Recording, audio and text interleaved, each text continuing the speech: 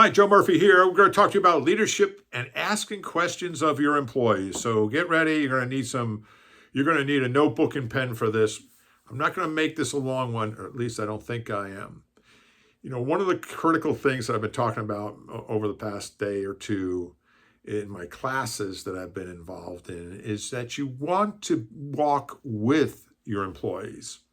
You know, as a manager, you're automatically in this position of hierarchy where people feel, what's the word I'm looking for? Intimidated.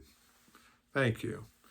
They feel intimidated. As soon as you get that management position, even though you were working with them a minute ago, they know there's a hierarchy. And if you didn't work with them a minute ago, they know there's a hierarchy and they feel intimidated and they need for you to open up that doors to level out that intimidation. And questions are the tool to do this. Now, behind me, I've got 6 ways to develop or create an impact with your employees through this framework that I've laid out behind me. And I'm going to go through this. So again, if you've got a pen and paper, start taking notes because I'm going to go through this rather rapidly. So stick with me here for just a second. Open-ended questions. Everybody knows what an open-ended question is.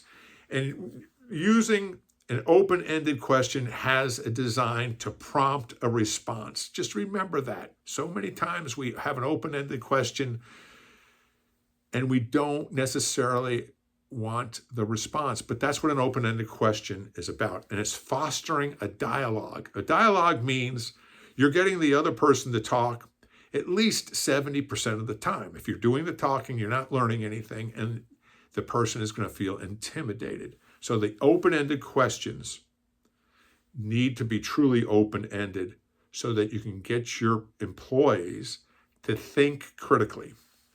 And that's the key term. Think critically. That's your end result. Think critically, but also to express how they're thinking about the thing right now.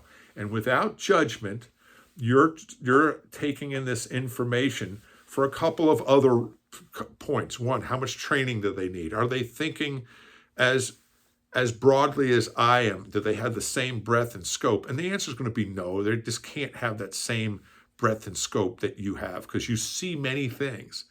But how are they perceiving certain situations will tell you a lot about how the person is either looking through a straw or looking through a pipe or is seeing a real wide range, as in the open range in the Midwest of the United States, which is very open, by the way, for those of you who are in Europe or in different parts of the world. The second part here is focus on understanding. You know, many times we do open-ended questions, we get a prompt response. Your job is to understand, to seek first to understand, as Stephen Covey said, or St. Thomas Aquinas said before Stephen Covey. Seek first to understand before being understood. Take that before understood and put it way down at the bottom of the list. You don't need to be understood right now. You're seeking to understand. This, and part of that is asking questions to gain the insight of the employee's perspectives, challenges, and ideas, rather than, and this is the critical part, rather than seeking immediate solutions. See, we as managers and leaders want to solve the problem immediately without understanding all the wide range of things that are going on. In fact, as a consultant, that's one of the big consulting mistakes.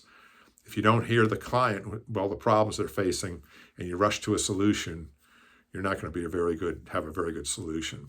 All right, number 3 is you want to create a space for a psychological safe space. Where is it? Psychological safe space for honesty, so that the person can be honest and tell you what's going on, and that you or the employee can get together and feel the connection where they won't be challenged, ridiculed, or criticized. You want to make sure that there's no fear of judgment occurring in the employee's mind. Does that make sense so far? There's a lot of information here. I'm going through it really rapidly. All right.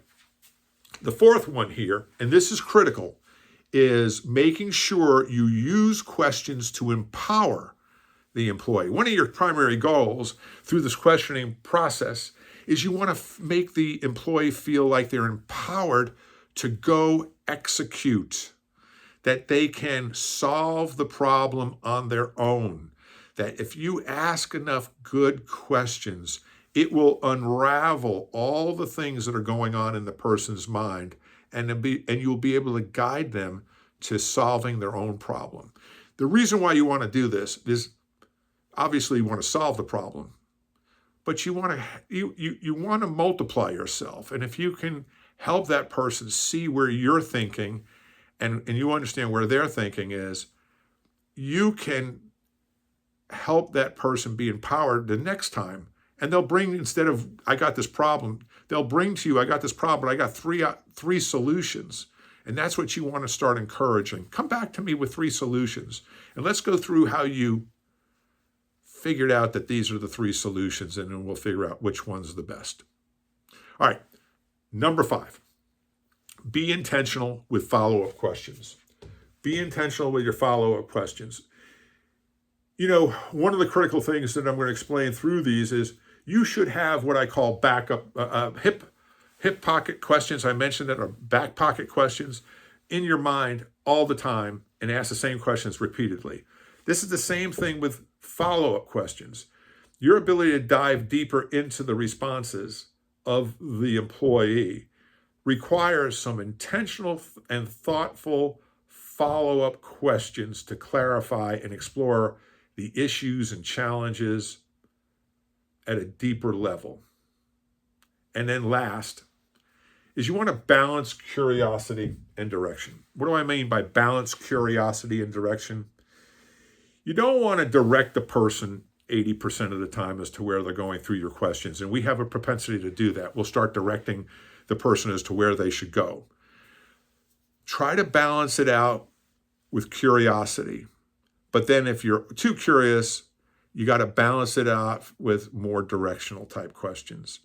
This is a mix of questions both to explore new ideas, but also to guide the conversation toward actionable insights and decisions. You want actionable insights and decisions. So you want to guide the employee towards taking action and moving forward and advancing. I'm Joe Murphy, and I am here for your success. I hope this helped you today, and I look forward to seeing you again tomorrow, because I want to go through something called SPIN questioning, SPIN, and it's an acronym. And I used it in consulting. It is really powerful questioning technique. So stay tuned for tomorrow. I look forward to seeing you then. I'm Joe Murphy, and I am here for your success.